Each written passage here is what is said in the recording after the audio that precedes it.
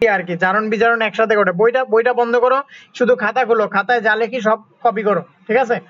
তাহলে হচ্ছে এখানে জারণ বিজারণ, তাহলে হচ্ছে প্রথম টপিক হচ্ছে এখান থেকে প্রচুর সৃজনশীল আসে পরীক্ষায়। হ্যাঁ, পরীক্ষায় প্রচুর সৃজনশীল আসে, এই জন্য হচ্ছে এটা অনেক ইম্পর্টেন্ট। আচ্ছা, আমি দেখি আমার আল্লাহ ভরসা করে স্ট্যান্ডে ঝুলাইলাম, কে জানে কতটুকু হয় কাজ। আচ্ছা, তাহলে এক নাম্বার হচ্ছে জারণ বিজারণ বিক্রিয়া যুগপৎ একসাথে ঘটে। যুগপৎ যেই কথা একসাথে ঘটে একই কথা আর কি। তাহলে জারণ বিজারণ একসাথে ঘটে, একসাথে ঘটে। এখান থেকে হচ্ছে আমি বলে রাখি, এখান থেকে হচ্ছে সবচেয়ে বেশি কি আসে পরীক্ষায়, সবচেয়ে বেশি প্রশ্ন আসে এই জায়গা থেকে, ঠিক আছে? জারণ বিজারণ একসাথে ঘটে, এখানে অসংখ্য বিক্রিয়া আছে এবং প্রত্যেকটা বিক্রিয়া থেকে পরীক্ষায় প্রশ্ন আসে, ঠিক আছে? তাহলে হচ্ছে জারণ বিজারণ একসাথে কিভাবে ঘটে? আমরা গত ক্লাসে বলছিলাম জারণ মানে কি ইলেকট্রন ছাড়ন, আর বিজারণ মানে ইলেকট্রন গ্রহণ। তাহলে জারণ মানে ইলেকট্রন ছাড়ন, হ্যাঁ, আর বিজারণ মানেই গ্রহণ, ইলেকট্রন গ্রহণ। এটা ইলেকট্রন ছাড়ন আর এখানে হচ্ছে ইলেকট্রন গ্রহণ। আর যে জারিত হয় তাকে বলা হয় বিজারক, গত ক্লাসে বলছিলাম। আর যে বিজারিত হয় তাকে বলা হয় জারক।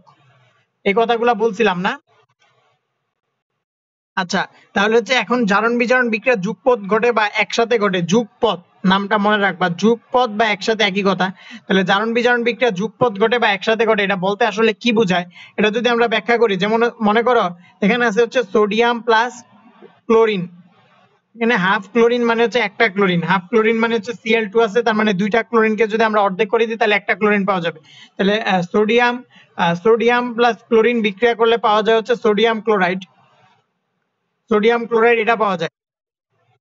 এখানে হাফ দিলাম কেন, এটা হচ্ছে তোমার ব্যাখ্যা না, মানে হচ্ছে এখানে হাফ দিছি কেন, দেখো এখানে আছে সোডিয়াম আছে একটা, তাহলে সোডিয়াম তার নিকটস্থ নিষ্ক্রিয় গ্যাসে ইলেকট্রন বিন্যাস অর্জনের জন্য কি করবে, একটা ইলেকট্রন ত্যাগ করবে, তাহলে হচ্ছে নিয়নের ইলেকট্রন বিন্যাস অর্জন করবে।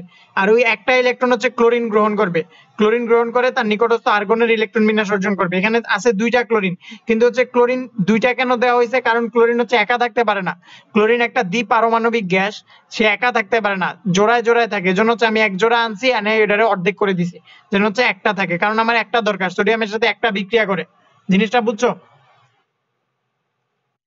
আচ্ছা, তাহলে হচ্ছে এখানে আসলে কি ঘটে, এখন বলছে জারণ বিজারণ বিক্রিয়া যুগপৎ ঘটে। তাহলে দেখি এখানে জারণ বিজারণ যুগপৎ ঘটতেছে কিনা। তাহলে সোডিয়াম কি করবে, তার নিকটস্থ নিষ্ক্রিয় গ্যাসে ইলেকট্রন বিন্যাস অর্জনের জন্য একটা ইলেকট্রন ত্যাগ করবে। তাহলে সোডিয়াম একটা ইলেকট্রন ত্যাগ করে, সোডিয়াম প্লাস হলো।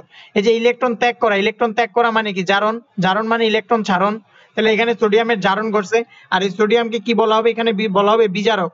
যে জারিত হয় তাকে বলা হয় বিজারক। তাহলে সোডিয়াম বিজারক, সে কি করছে, জারিত হয়ে Na প্লাসে আয়নে পরিণত হচ্ছে। আর ক্লোরিন কি করতেছে, ক্লোরিন হচ্ছে ওই ইলেকট্রনটা গ্রহণ করতেছে, গ্রহণ করে হচ্ছে Cl মাইনাস হইতেছে। তাহলে এখানে ক্লোরিনের হচ্ছে বিজারণ বিক্রিয়া করছে, তাহলে বিজারণ বিক্রিয়া করছে। তাহলে হচ্ছে দেখো এখানে সোডিয়ামের জারণ করছে আর ক্লোরিনের বিজারণ করছে। আর হচ্ছে তাহলে হচ্ছে এরপরে যদি ফাইনাল রিঅ্যাকশনটা দেখি, তাহলে হচ্ছে ফাইনাল রিঅ্যাকশনটা সোডিয়াম প্লাস Cl মাইনাস বিক্রিয়া করে তৈরি করবে হচ্ছে Cl সোডিয়াম ক্লোরাইড। আর এখানে কি হবে, এখানে হচ্ছে Na। আচ্ছা, Na আছে, এই যে প্লাস প্লাস ইলেকট্রন আর মাইনাস ইলেকট্রন বাদ, তাহলে Na আর হচ্ছে plus Cl, Na plus Cl বিক্রিয়া করে তৈরি করবে Na প্লাস আর প্লাস Cl মাইনাস। তাহলে হচ্ছে দেখো এখানে হচ্ছে জারণ বিজারণ দুইটা একসাথে ঘটতেছে, এই জন্য বলা হচ্ছে জারণ বিজারণ বিক্রিয়া যুগপৎ ঘটে। জিনিসটা বুঝছো? আচ্ছা, তাহলে হচ্ছে জারণ বিজারণ বিক্রিয়া যুগপৎ ঘটে, এটার ব্যাখ্যাটা হচ্ছে আমরা বুঝে ফেললাম। তাহলে এই যে এখানে হচ্ছে জারণের বিক্রিয়াটাকে, শুধু জারণের বিক্রিয়াটাকে বলা হবে জারণ অর্ধ বিক্রিয়া, আর বিজারণের বিক্রিয়াটাকে বলা হবে বিজারণ অর্ধ বিক্রিয়া। জারণ অর্ধ বিক্রিয়া আর বিজারণ অর্ধ বিক্রিয়া, আর পুরো একসাথে যে পুরো বিক্রিয়াটা ওটাকে বলা হবে জারণ বিজারণ বিক্রিয়া বা রেডক্স রিঅ্যাকশন বা রিডক্স রিঅ্যাকশন। তাহলে রিডক্স রিঅ্যাকশন কেন বলা হবে, জারণ বিজারণ বিক্রিয়া বা রিডক্স রিঅ্যাকশন, রিডাকশন এবং অক্সিডেশন ওই দুটার ফুল মিনিংস থেকে আসে হচ্ছে রিডক্স রিঅ্যাকশন বা জারণ বিজারণ বিক্রিয়া, বা রিডাকশন অক্সিডেশন রিঅ্যাকশন। ঠিক আছে, বুঝছো জিনিসটা? আচ্ছা, তারপরে আসে হচ্ছে তোমার তুমি কিন্তু পুরাটা চ্যাপ্টার ভালো করে পড়ে ফেলবা, এখানে হচ্ছে পরবর্তীতে আর ফাঁকিবাজি করো না। আজকে পুরো চ্যাপ্টার যদি শেষ হয়ে যায় তাহলে পুরো চ্যাপ্টারটা ঠিকমতো পড়ে ফেলবা। আচ্ছা, তাহলে জারণ বিজারণ বিক্রিয়ার মধ্যে অনেকগুলো প্রকারভেদ আছে। তাহলে এক নাম্বার প্রকারভেদ হচ্ছে তোমার জারণ বিজারণ বিক্রিয়ার মধ্যে সংযোজন বিক্রিয়া, সংযোজন বিক্রিয়া, তারপরে 2 নম্বরে আছে হচ্ছে তোমার বিযোজন বিক্রিয়া। এগুলা প্রত্যেকটার আমি আলোচনা করব। 2 নম্বরে আছে হচ্ছে তোমার বিযোজন বিক্রিয়া, বিযোজন বিক্রিয়া খাতায় লেখা রাখো এগুলা। 3 নম্বরে জারণ বিজারণ বিক্রিয়ার মধ্যে অংশ প্রতিস্থাপন বিক্রিয়া, প্রতিস্থাপন বিক্রিয়া। 4 নম্বরে আছে জারণ বিজারণ, হ্যাঁ প্রতিস্থাপন বিক্রিয়া। 4 নম্বরে দহন বিক্রিয়া। এগুলা সবগুলো হচ্ছে জারণ বিজারণ বিক্রিয়ার অংশ, ঠিক আছে। তাহলে হচ্ছে আমরা যদি লিখি ওয়েট,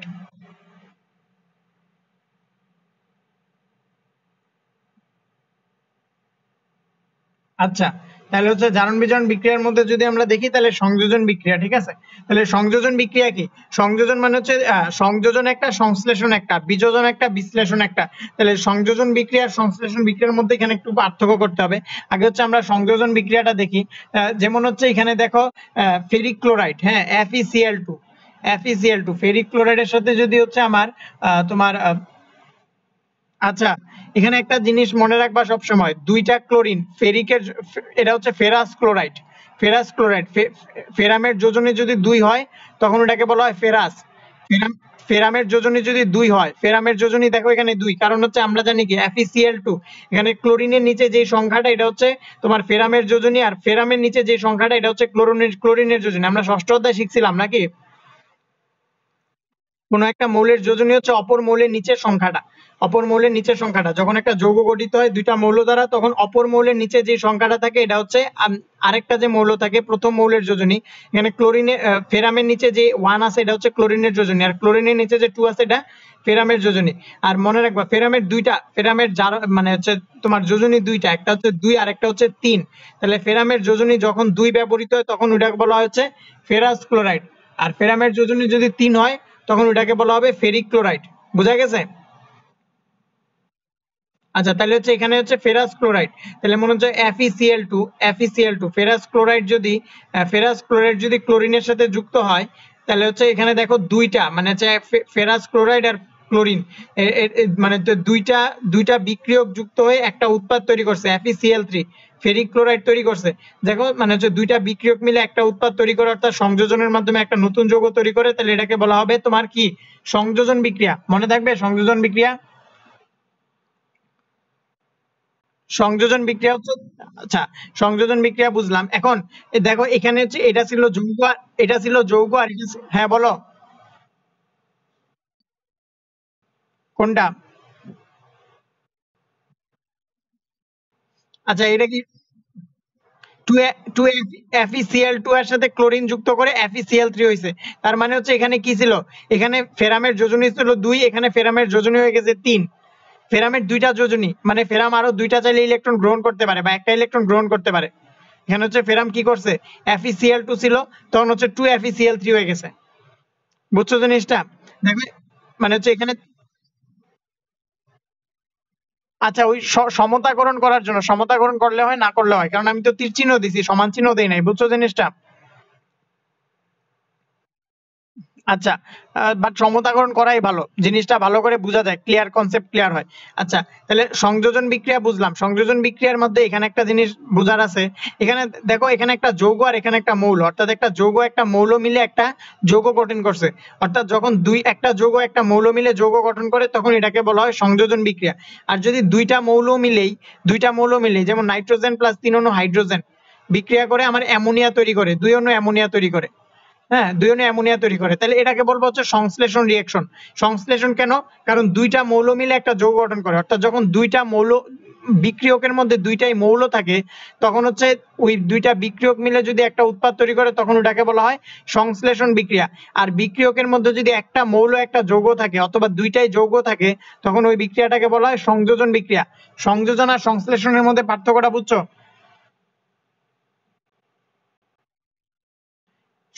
সংশ্লেষণ বিক্রিয়া হচ্ছে যদি দুইটাই মৌল থাকে। দেখো এখানে হচ্ছে বিক্রিয়কের মধ্যে দুইটাই মৌল, মৌল আর যৌগের মধ্যে তো পার্থক্য বুঝি না। মৌল মানে হচ্ছে এখানে দেখো এই যে এই বিক্রিয়ায় মানে অ্যামোনিয়া তৈরির যে রিঅ্যাকশনটা, এই রিঅ্যাকশনে হচ্ছে দুইটা বিক্রিয়কের হচ্ছে তোমার, হ্যাঁ না না না না আমি যে বলতেছি হচ্ছে সংশ্লেষণ বিক্রিয়া। সংশ্লেষণ বিক্রিয়া হচ্ছে যদি বিক্রিয়ক দুইটা মৌল হয়, বিক্রিয়ক দুইটা দেখো এখানে নাইট্রোজেন ও মৌল, হাইড্রোজেন ও মৌল। তাহলে বিক্রিয়ক দুইটা যদি মৌল হয় তাহলে দুইটা তখন হচ্ছে যে উৎপাদটা তৈরি হবে, একটা তো উৎপাদ তৈরি হয়েছে, তাহলে বিক্রিয়ক দুইটা মৌল মিলে যদি একটা উৎপাদ তৈরি করে, একটা যৌগ তৈরি করে, তখন ওটাকে বলা হবে সংশ্লেষণ বিক্রিয়া। আর যদি দুইটাই মৌল না হয়, অর্থাৎ একটা যৌগ একটা মৌল মিলে একটা উৎপাদ তৈরি করে, তখন ওটাকে বলা হবে সংযোজন বিক্রিয়া। আর যদি দুইটাই মৌল থাকে দুইটাই, তখন ওটা হবে সংশ্লেষণ বিক্রিয়া। বোঝা গেছে? আচ্ছা, এটা সংশ্লেষণ। আচ্ছা, আমি তীর চিহ্নটা এখানে দিছি। সংযোজন বিক্রিয়ার মধ্যে একটা দুইটা ভাগ আছে, একটা সংযোজন আর একটা সংশ্লেষণ। বিয়োজনের মধ্যেও দুইটা ভাগ আছে, একটা বিয়োজন আর একটা বিশ্লেষণ। ঠিক আছে? আচ্ছা, তাহলে হচ্ছে আমরা যদি বিয়োজন বিক্রিয়াটা দেখি, দেখো যেমন হচ্ছে মনে করো বিয়োজন বিক্রিয়ার মধ্যে হচ্ছে phosphorus pentachloride PCl5, phosphorus penta হ্যাঁ হ্যাঁ হ্যাঁ হ্যাঁ, সংশ্লেষণে দুইটা মৌল থাকে, আর সংযোজনে একটা মৌল একটা যৌগ, অথবা দুইটাই যৌগ থাকতে পারে। একটু লেখা নাও। যৌগ হয়, তাহলে একটা যৌগকে ভেঙে যদি একটা যৌগ এবং একটা মৌল পাওয়া যায়, অর্থাৎ দুইটা মৌল না হয়, একটা যৌগকে ভেঙে যদি দুইটাই মৌল পাওয়া যায়, তখন ওটা বিশ্লেষণ। আর যদি দুইটাই মৌল না পাওয়া যায়, অর্থাৎ একটা মৌল একটা যৌগ অথবা দুইটাই যৌগ পাওয়া যায়, তখন ওটা হচ্ছে বিযোজন বিক্রিয়া। বোঝা গেছে? যেমন দেখো এটা একটা যৌগ আর এটা একটা মৌল, তাহলে এই যে একটা যৌগ পাওয়া গেছে, এই জন্য হচ্ছে এটাকে কি বলবো, বিযোজন বিক্রিয়া। এটা হচ্ছে একটা বিযোজন বিক্রিয়া। আর এখানে দেখো দুইটাই মৌল পাওয়া গেছে, হাইড্রোজেন একটা মৌল, অক্সিজেন একটা মৌল, তাহলে হচ্ছে দুইটা যদি মৌল পাওয়া যায়, তখন এটাকে কি বলবো, বিশ্লেষণ বিক্রিয়া। তাহলে বিশ্লেষণ বিক্রিয়া হচ্ছে, আমরা এমনিও বলতে পারি সকল বিশ্লেষণ বিক্রিয়া বিযোজন বিক্রিয়া, বাট সকল বিযোজন বিক্রিয়া বিশ্লেষণ বিক্রিয়া না। বুঝছো জিনিসটা? আচ্ছা, কারণ হচ্ছে বিযোজন মানে কি, ভাঙা, আর সংযোজন মানে যোগ করা। দেখো এখানে হচ্ছে নাইট্রোজেন আর হাইড্রোজেন যখন সংযোজন করছিলাম, তখন হচ্ছে অ্যামোনিয়া তৈরি হয়েছিল, তাহলে এটা কিন্তু একটা সংযোজন বিক্রিয়া। আবার এটা সংযোজন বিক্রিয়ার সাথে সংশ্লেষণ বিক্রিয়া। বাট উপরের যে ফেরাস ক্লোরাইডের সাথে ক্লোরিন যুক্ত করে ফেরিক ক্লোরাইড তৈরি করছে, এখানে হচ্ছে শুধু সংযোজন বিক্রিয়া হয়েছে, বাট সংশ্লেষণ বিক্রিয়া হয় নাই, কারণ এখানে একটা যৌগ ছিল। ঠিক একইভাবে যখন বিযোজন বিক্রিয়া আসি, তখন বিযোজন বিক্রিয়ায় পানিটা ভেঙে হাইড্রোজেন প্লাস অক্সিজেন তৈরি হয়েছে, এটা বিশ্লেষণ প্লাস বিয়োজন। আর হচ্ছে শুধু ফসফরাস পেন্টাক্লোরাইড ভেঙে ফসফরাস ট্রাইক্লোরাইড প্লাস ক্লোরিন তৈরি হয়েছে, এখানে শুধু কি হয়েছে, অনলি অনলি এখানে হচ্ছে বিয়োজন হয়েছে, নট বিশ্লেষণ। ঠিক আছে? তারপরে আসে হচ্ছে প্রতিস্থাপন বিক্রিয়া। প্রতিস্থাপন মানে কি, কোন একটা কিছুকে প্রতিস্থাপিত করবে। যেমন হচ্ছে হ্যাঁ হ্যাঁ, প্রতিস্থাপন মানে জায়গা বদল করা। আচ্ছা, প্রতিস্থাপন মানে জায়গা বদল করা, আমরা যদি আরো সুন্দরভাবে শিখি, যেমন জিঙ্ক প্লাস সালফিউরিক অ্যাসিড দিলে zinc sulphate zinc sulphate plus hydrogen তৈরি হয়, জিঙ্ক সালফেট প্লাস হাইড্রোজেন তৈরি হয়। আচ্ছা, তাহলে হচ্ছে এখানে কি ঘটতেছে, এখানে হচ্ছে তোমার দেখো এই জিঙ্কটা কি করতেছে, হাইড্রোজেনকে প্রতিস্থাপিত করতেছে, জিঙ্কটা হাইড্রোজেনকে প্রতিস্থাপন করতেছে নাকি? তাহলে হচ্ছে এখন জিঙ্কটা কেন হাইড্রোজেনকে প্রতিস্থাপন করতেছে, এটা প্রশ্ন আসে না? মানে হাইড্রোজেন কি করছে, হাইড্রোজেনের সমস্যাটা কি, হাইড্রোজেনকে কেন জিঙ্ক প্রতিস্থাপন করে হাইড্রোজেনকে আলাদা করে দিচ্ছে? এখন এটা হচ্ছে কেমিস্ট্রিতে হচ্ছে তোমার মানে হচ্ছে শক্তি আছে, প্রত্যেকটা মৌলের এক একটা শক্তি স্তর আছে। হ্যাঁ, ওই শক্তি স্তর অনুযায়ী কে নাকে ম্যাকগাইভার এলের জন্য ফিরো পাবে হারকিউলাসকে আজ। এটা একটু লিখে রাখো, কে নাকে ম্যাকগাইভার এলের জন্য। আমি একটু লিখি, তাহলে যদি লিখি এখানে, তাহলে কে না কে ম্যাকগাইভার এলো যেন ফিরে পাবে হারকিউলাসকে আজ। দেখা যায়, লেখাটা দেখা যায়। তাহলে হচ্ছে এখানে এখানে হচ্ছে সবচেয়ে শক্তিশালী পটাশিয়াম, তারপরে সোডিয়াম, তারপরে calcium, magnesium, aluminium, zinc, ferrum, lead, hydrogen, copper আর সিলভার। তাহলে হচ্ছে সবচেয়ে শক্তিশালী হচ্ছে পটাশিয়াম। আচ্ছা দেখো এখানে হচ্ছে জিঙ্কটা হাইড্রোজেন থেকে বেশি শক্তিশালী, তাহলে জিঙ্কের শক্তি স্তর এখানে, তার হাইড্রোজেনের শক্তি স্তর এখানে। এখানে জিঙ্কের শক্তি হাইড্রোজেন থেকে বেশি, এই কারণে হচ্ছে জিঙ্ক কি করছে, হাইড্রোজেনকে সরিয়ে সে জিঙ্কের মানে সালফেটের সাথে বন্ধন গঠন করছে। অর্থাৎ যার শক্তি বেশি সে অন্য তার নিম্ন শক্তি স্তরের যৌগকে কি করবে, প্রতিস্থাপিত করবে। তাহলে এটা হচ্ছে সক্রিয়তা শক্তি স্তর। ঠিক আছে? বোঝা গেছে?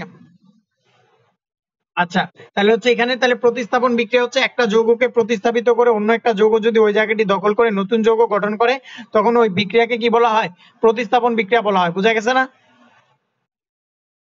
একটা এই যে দেখো একটা একটা মৌলকে প্রতিস্থাপিত করে অন্য একটি মৌল যদি ওই জায়গাটি দখল করে নতুন যৌগ গঠন করে তখন ওই বিক্রিয়াকে প্রতিস্থাপন বিক্রিয়া বলে। এই যে একটা মৌলকে প্রতিস্থাপন করছে, হাইড্রোজেনকে প্রতিস্থাপন করে অন্য একটি মৌল ওই জায়গাটা দখল করছে, হাইড্রোজেনকে প্রতিস্থাপন করে ওই জায়গাটি দখল করে নতুন একটা যৌগ গঠন করছে, ছিল সালফিউরিক অ্যাসিড তৈরি করলো জিঙ্ক সালফেট, তাহলে নতুন যৌগ গঠন করার প্রক্রিয়াকে কি বলা হয়? প্রতিস্থাপন বিক্রিয়া বলে। ক্লিয়ার? আচ্ছা, তাহলে প্রতিস্থাপন বিক্রিয়ার পরে আসি হচ্ছে আমরা দহন বিক্রিয়ায়। তাহলে দহন বিক্রিয়া জিনিসটা কি? দহন বিক্রিয়া হচ্ছে দহন বিক্রিয়া বা কম্বাসশন রিঅ্যাকশন। দহন বিক্রিয়া তুমি বইটা রিডিং পড়বা, আমি তো পড়াই দিতেছি বই থেকে হুবহু কপি করে। এরপরে যখন বইটা রিডিং পড়বা তখন হচ্ছে জিনিসগুলো আরো অনেক সহজ লাগবে, বই পড়তে ভালো লাগবে, কারণ তখন তুমি বইয়ের প্রত্যেকটা লেখাই ইজিলি বুঝতে পারবা। ঠিক আছে? আচ্ছা, আহ, তা- হ্যাঁ হ্যাঁ, কি বলো?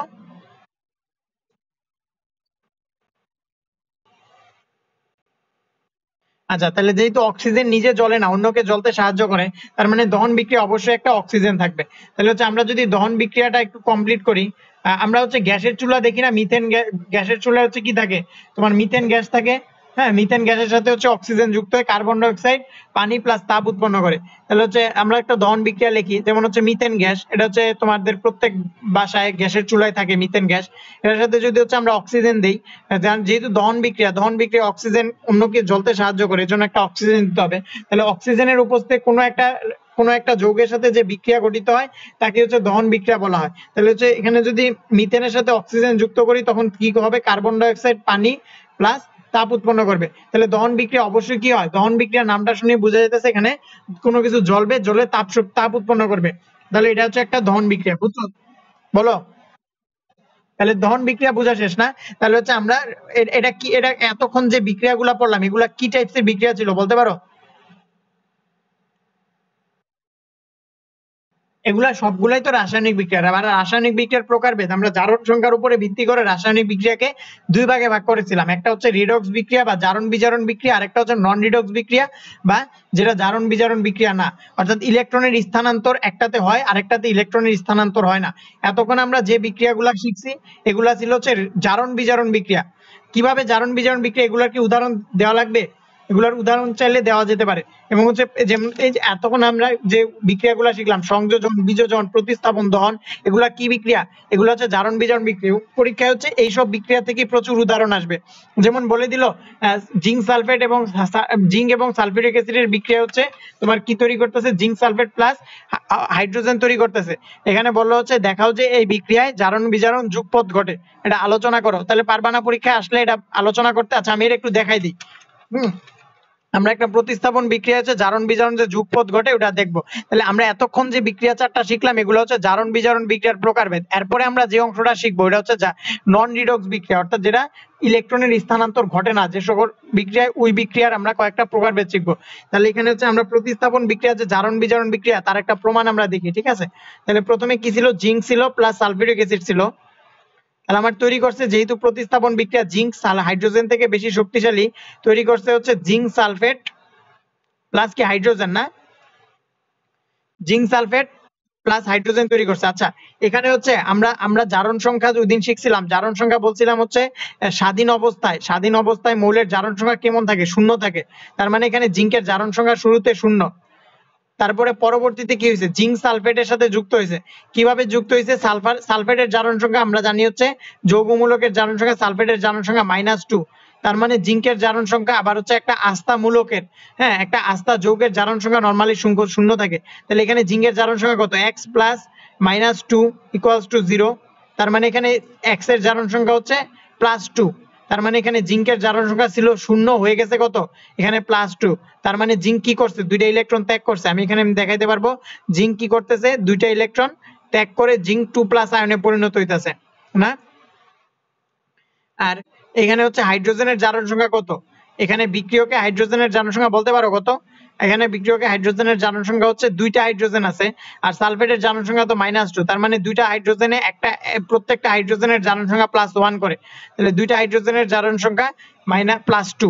তার হচ্ছে আমরা তাহলে একটা হাইড্রোজেনের জারণ সংখ্যা +1, তাহলে দুইটা হাইড্রোজেনের জারণ সংখ্যা মানে হচ্ছে দুইটা হাইড্রোজেন কি করছে, দুইটা হাইড্রোজেনের জারণ সংখ্যা ছিল +2, তাহলে ছিল +2, দুইটা হাইড্রোজেন কি করছে, আচ্ছা প্লাস দেই, একটা প্লাসই দেই কারণ দুইটা আছে, দুইটা ইলেকট্রন গ্রহণ করবে, ছিল প্লাস H+, তারপর দুইটা ইলেকট্রন গ্রহণ করে তৈরি করছে কি H2, তাহলে দেখো এখানে জিঙ্ক কি করতেছে, জিঙ্ক দুইটা ইলেকট্রন ত্যাগ করতেছে, ইলেকট্রন ত্যাগ করা মানে জারণ, তার মানে জিঙ্ক জারণ বিক্রিয়া সংঘটিত করতেছে, এবং হাইড্রোজেন কি করতেছে, হাইড্রোজেন এখান থেকে দুইটা ইলেকট্রন এখানে গ্রহণ করতেছে হাইড্রোজেন।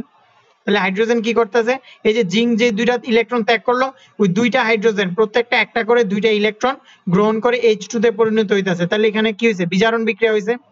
বুঝছো জিনিসটা? আচ্ছা, না বুঝলে বলবা, জিনিসগুলো কিন্তু অনেক কঠিন, এবং তুমি যদি বুঝতে পারো তাহলে তুমি অন্য সুপার হিউম্যান টাইপের কিছু একটা হইতে পারো, কারণ আমি নিজে বুঝতে পারতেছি না, তুমি বুঝতেছো কিনা, যদি 100 বার না বুঝো তাহলে 100 বার বলবা বুঝতেছি না, তো জিনিসটা লিস্ট কনফার্ম হয়ে নিও, ঠিক আছে? কারণ এই জিনিসগুলা এসএসসি পরীক্ষা দেওয়ার সময় অনেকে কনফিউশনে পড়ে, জারণ বিজারণ বুঝে না, হ্যাঁ, একটা দুর্বলতা থেকে যায়। এবং আহ, এখন না বুঝলেও মন খারাপ করার কিছু নাই, পরবর্তীতে প্রচুর প্র্যাকটিসের মাধ্যমে এই জিনিসগুলো আরো সমাধান করা যাবে। বাট জিনিসটা যদি এখন বুঝে ফেলো তাহলে অনেক কঠিন কঠিন রিঅ্যাকশন গুলো তুমি খুব সহজে সমাধান করে ফেলতে পারবা, ঠিক আছে? এই জন্য না বুঝলে বারবার বলবা। তাহলে দেখো এখানে কি হইতাছে, জারণ জিঙ্ক দুইটা ইলেকট্রন ত্যাগ করে জিঙ্ক 2+ আয়নে পরিণত হইতাছে, হাইড্রোজেন প্রত্যেকটা একটি করে ইলেকট্রন, দুইটা হাইড্রোজেন দুইটা ইলেকট্রন গ্রহণ করে H2 তে পরিণত হইতাছে, তার মানে এখানে জিঙ্কের জারণ হইছে এবং হাইড্রোজেনের বিজারণ হইছে, তাহলে জারণ বিজারণ বিক্রিয়া একসাথে ঘটছে না, যুগপৎ ঘটছে না, এবং এই বিক্রিয়াটাকে বলা হয় জারণ অর্ধ বিক্রিয়া, এবং এই বিক্রিয়াটাকে বলা হয় বিজারণ অর্ধ বিক্রিয়া। এখন পরীক্ষায় প্রশ্ন আসবে কিভাবে, প্রশ্ন আসবে দেখাও যে এই বিক্রিয়াটাতে জারণ বিজারণ যুগপৎ ঘটে, আলোচনা করো, হ্যাঁ, এবং গ নাম্বারে বলতে পারে জারণ অর্ধ বিক্রিয়া এবং বিজারণ অর্ধ বিক্রিয়া লেখো, তখন জারণ অর্ধ বিক্রিয়া এই বিক্রিয়াটা লিখবা, বিজারণ অর্ধ বিক্রিয়াটা লিখবা, তারপরে বলবে নিচের এই বিক্রিয়াটিতে কে জারক এবং কে বিজারক, তাহলে যে জারিত হয় সে বিজারক, তাহলে তুমি বলবা জিঙ্ক একটা বিজারক, এবং যে যে বিজারিত হয় তাকে বলা হয় জারক, তাহলে হাইড্রোজেন একটা জারক। এবং স্টুডেন্টরা প্রচুর ভুল করবে, কোনটা জারক কোনটা বিজারক এই জিনিসগুলো চিহ্নিতকরণের ক্ষেত্রে প্রচুর ভুল করবে, এগুলাতে লেখা কম নাম্বার বেশি। হ্যাঁ, বিক্রিয়া যদি সঠিকভাবে লিখতে পারো 3 এ 3, আর যদি ভুল করার সম্ভাবনাও বেশি, মানে তুমি 60-60ও পাইতে পারো যদি 60টা রিঅ্যাকশন দেয়, 60 0ও পাইতে পারো যদি তুমি রিঅ্যাকশন গুলো সবগুলো একটু একটু ভুল করো, ঠিক আছে? তাহলে এই বিক্রিয়াগুলোতে লেখা কম নাম্বার বেশি, এজন্য জিনিসগুলো ভালো করে বুঝে নিতে পারলে কেমিস্ট্রিতে নাম্বার বা A+ পাওয়া অনেক সহজ। বুঝছো জিনিসটা? আচ্ছা, তাহলে আমরা এতক্ষণ যে প্রকারভেদটা শিখলাম এটা জারণ বিজারণ বিক্রিয়ার প্রকারভেদ, মানে জারণ ইলেকট্রন স্থানান্তরের উপর ভিত্তি করে বিক্রিয়াকে দুই ভাগে ভাগ করা যায়, একটা জারণ বিজারণ বিক্রিয়া আর একটা জারণ বিজারণ বিক্রিয়া নয়। তাহলে কোন বিক্রিয়াগুলো জারণ বিজারণ বিক্রিয়া নয় বা নন রিডক্স বিক্রিয়া, আমরা এতক্ষণ শিখলাম রিডক্স বিক্রিয়া, এবার নন রিডক্স বিক্রিয়া বা যেগুলো জারণ বিজারণ বিক্রিয়া নয়, নন রিডক্স। তাহলে নন রিডক্স বিক্রিয়াগুলোতে কি হয়, ইলেকট্রনের স্থানান্তর ঘটে না, অর্থাৎ শুরুতে যেরকম ইলেকট্রন ছিল বিক্রিয়া শেষেও ওই একই রকম ইলেকট্রন থাকে, অর্থাৎ ইলেকট্রনের হ্রাস বৃদ্ধি বা পরিবর্তন ঘটে না, ওই বিক্রিয়াগুলোকে নন রিডক্স বিক্রিয়া বলা হয়। তাহলে নন রিডক্স বিক্রিয়ার একটা উদাহরণ প্রশমন বিক্রিয়া। প্রশমন বিক্রিয়ার সংজ্ঞা আমরা 19 এ শিখছিলাম কি, অ্যাসিড আর ক্ষার বিক্রিয়া করে লবণ আর পানি তৈরি করে, ইংলিশে বলে নিউট্রালাইজেশন রিঅ্যাকশন। হ্যাঁ, নিউট্রালাইজেশন রিঅ্যাকশন, আর বাংলায় বলে কি, প্রশমন বিক্রিয়া, ঠিক আছে না? তাহলে প্রশমন বিক্রিয়া যেমন আমরা যদি হাইড্রোক্লোরিক অ্যাসিড নেই, হাইড্রোক্লোরিক অ্যাসিড অ্যাকুয়াস সলিউশনে নিলাম, আর আমি নিলাম কি অ্যাসিড আর ক্ষার নিলাম সোডিয়াম হাইড্রোক্সাইড, তাহলে অ্যাসিড আর ক্ষার বিক্রিয়া করে কি তৈরি করবে, লবণ আর পানি তৈরি করবে। তাহলে লবণ সোডিয়াম ক্লোরাইড আর পানি H2O, তাহলে লবণ আর পানি তৈরি করে। এখন যদি আমরা বিক্রিয়া দেখি, বিক্রিয়ার শুরুতে এখানে OH এর জারণ সংখ্যা কত, সোডিয়ামের জারণ সংখ্যা নরমালি আমরা জানি ধাতুর জারণ সংখ্যা নরমালি +1 হয়, এই যে আমরা এই গত ক্লাসে শিখছিলাম, তোমার বইয়ে কত পৃষ্ঠায় আমি বলি, তোমার বইয়ে পৃষ্ঠা নাম্বার 100, এখানে 149, হ্যাঁ 149 নাম্বার পৃষ্ঠায় যে চার্টটা দেওয়া আছে, একটু চার্টটা খুলো দেখো, 149 নাম্বার পৃষ্ঠায় যে চার্টটা দেওয়া আছে, আমি গত ক্লাসে এই চার্টটা পড়াইছি, তবু তুমি যেহেতু পড়ো নাই বাসায়, হ্যাঁ, এজন্য তোমার আজকে কঠিন লাগতে পারে, অর্থাৎ আমি জারণ সংখ্যাগুলো কিভাবে এত সহজে বলে ফেলতে পারতেছি এই জিনিসটা তোমার একটু কঠিন লাগতে পারে, এজন্য তুমি 149 নাম্বার পৃষ্ঠাটা আবার ভালো করে পড়ে নিবা, ঠিক আছে?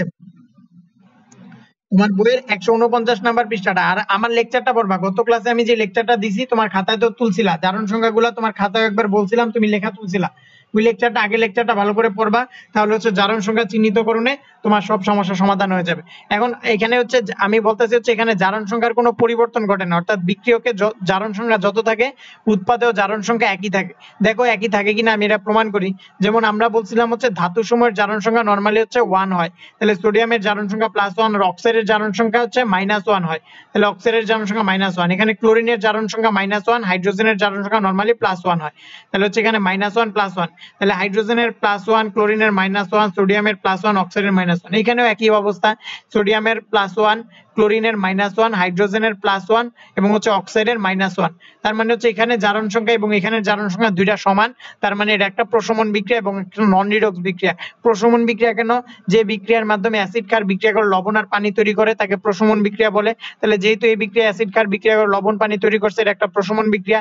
তারপরে নন রিডক্স বিক্রিয়া কেন? নন রিডক্স বিক্রিয়া হচ্ছে এই বিক্রিয়ার আগে জারণ সংখ্যা এবং বিক্রিয়ার পরে জারণ সংখ্যা সমান। যেহেতু বিক্রিয়ার আগে এবং বিক্রিয়ার পরে জারণ সংখ্যার কোনো পরিবর্তন হয়নি, তাই ইহা একটি নন রিডক্স বিক্রিয়া। বুঝছো জিনিসটা? এমনি পরীক্ষা আসলে ব্যাখ্যা করতে পারবা না? আচ্ছা, তাহলে হচ্ছে নন রিডক্স বিক্রিয়ার মধ্যে একটা দেখলাম হচ্ছে প্রশমন বিক্রিয়া। তারপরে হচ্ছে আরো আছে নন রিডক্স বিক্রিয়ার মধ্যে আরেকটা হ্যাঁ হ্যাঁ, কি বলো? যে বিক্রিয়া অ্যাসিড ক্ষার বিক্রিয়া করে লবণ আর পানি তৈরি করে। আচ্ছা, তারপর হচ্ছে অদক্ষেপণ বিক্রিয়া। অদক্ষেপণ বিক্রিয়াও কি একটা হচ্ছে নন রিডক্স বিক্রিয়া, অর্থাৎ এই বিক্রিয়াও কি ইলেকট্রনের কোনো স্থানান্তর ঘটবে না, অর্থাৎ বিক্রিয়ার আগে ইলেকট্রন সংখ্যা যত থাকবে বিক্রিয়ার পরেও ইলেকট্রন সংখ্যা কি একই ধরনের থাকবে। ঠিক আছে, তাহলে অদক্ষেপণ বিক্রিয়া আসলে কি ঘটে? অদক্ষেপণ বিক্রিয়া একটা অদক্ষেপ তৈরি হয়। যেমন হচ্ছে আমি যদি সোডিয়াম ক্লোরাইড আর হচ্ছে আমি নেই সিলভার নাইট্রেট, সোডিয়াম ক্লোরাইড আর সিলভার নাইট্রেট নেই, তখন এই বিক্রিয়া শেষে হচ্ছে আমার সিলভার ক্লোরাইড তৈরি হবে, আর সাথে হচ্ছে তৈরি হবে হচ্ছে আমার সোডিয়াম নাইট্রেট। তাহলে এই বিক্রিয়ার শুরুতে এবং হচ্ছে শেষে দেখো জারণ সংখ্যার মান একই।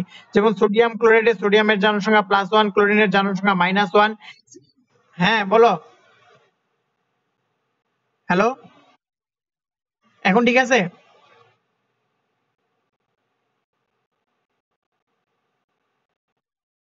আচ্ছা আচ্ছা, এখানে সিলভারের জারণ সংখ্যা হচ্ছে +1, নাইট্রেটের জারণ সংখ্যা -1।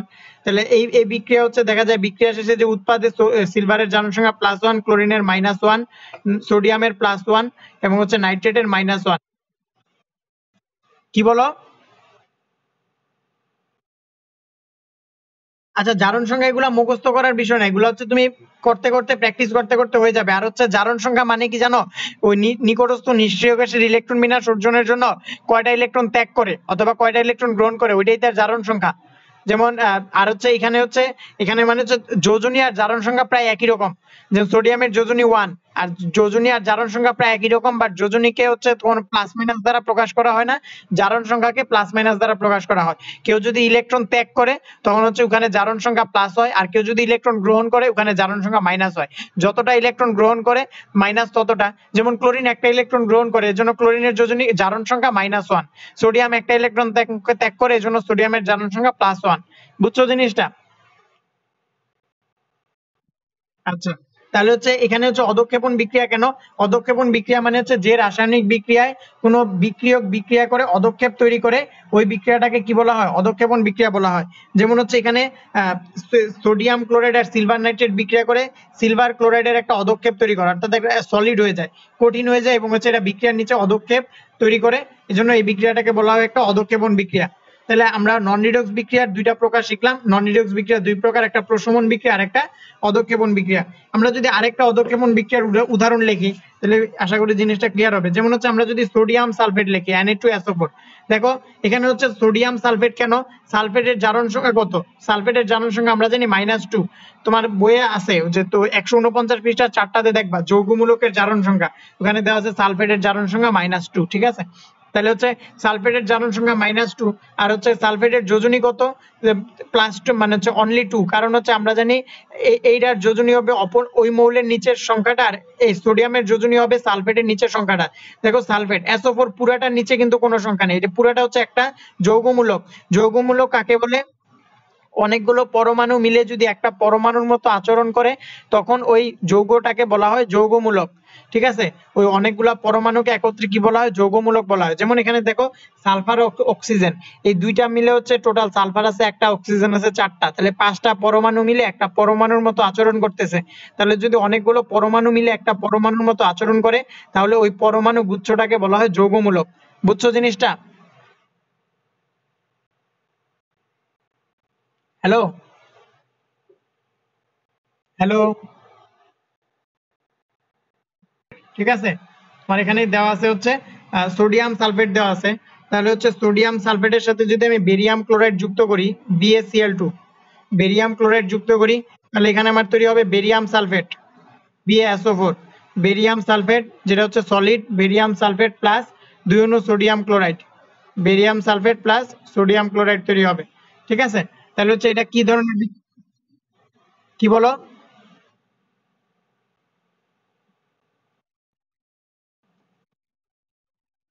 এই যে এখানে দেখো সোডিয়াম সালফেট আছে সোডিয়াম আমি অধঃক্ষেপণ বিক্রিয়া বুঝাইতেছি অধঃক্ষেপণ বিক্রিয়া হচ্ছে যে রাসায়নিক বিক্রিয়া হ্যাঁ বিক্রিয়ার পরে উৎপাদের মধ্যে যে কোনো একটা অধঃক্ষেপ উৎপন্ন হবে তাহলে ওই বিক্রিয়াকে হচ্ছে অধঃক্ষেপণ বিক্রিয়া বলবে তাহলে হচ্ছে এই বিক্রিয়ার মধ্যে দেখো বেরিয়াম সালফেট সোডিয়াম সালফেট আর বেরিয়াম ক্লোরাইড বিক্রিয়া করে বেরিয়াম সালফেটের একটা সলিড তৈরি করতেছে মানে হচ্ছে কঠিন পদার্থ তৈরি করতেছে যেটা বিক্রিয়া শেষে পাত্রের তলায় জমা হবে অর্থাৎ অধঃক্ষেপ হবে তাহলে যে রাসায়নিক বিক্রিয়ায় কোনো একটা বিক্রিয়ক অধঃক্ষিপ্ত হয় তাহলে ওই বিক্রিয়াকে অধঃক্ষেপণ বিক্রিয়া বলা হয় তাহলে হচ্ছে আর এই বিক্রিয়াটা একটা হচ্ছে নন রিডক্স বিক্রিয়া কেন নন রিডক্স বিক্রিয়া এই বিক্রিয়ার আগে সোডিয়ামের জারণ সংখ্যা মানে বিক্রিয়ার আগে বিক্রিয়কের যে জারণ সংখ্যা ছিল বিক্রিয়ার পরে উৎপাদের জারণ সংখ্যা গুলাও একই আছে বুঝছো হ্যাঁ হ্যাঁ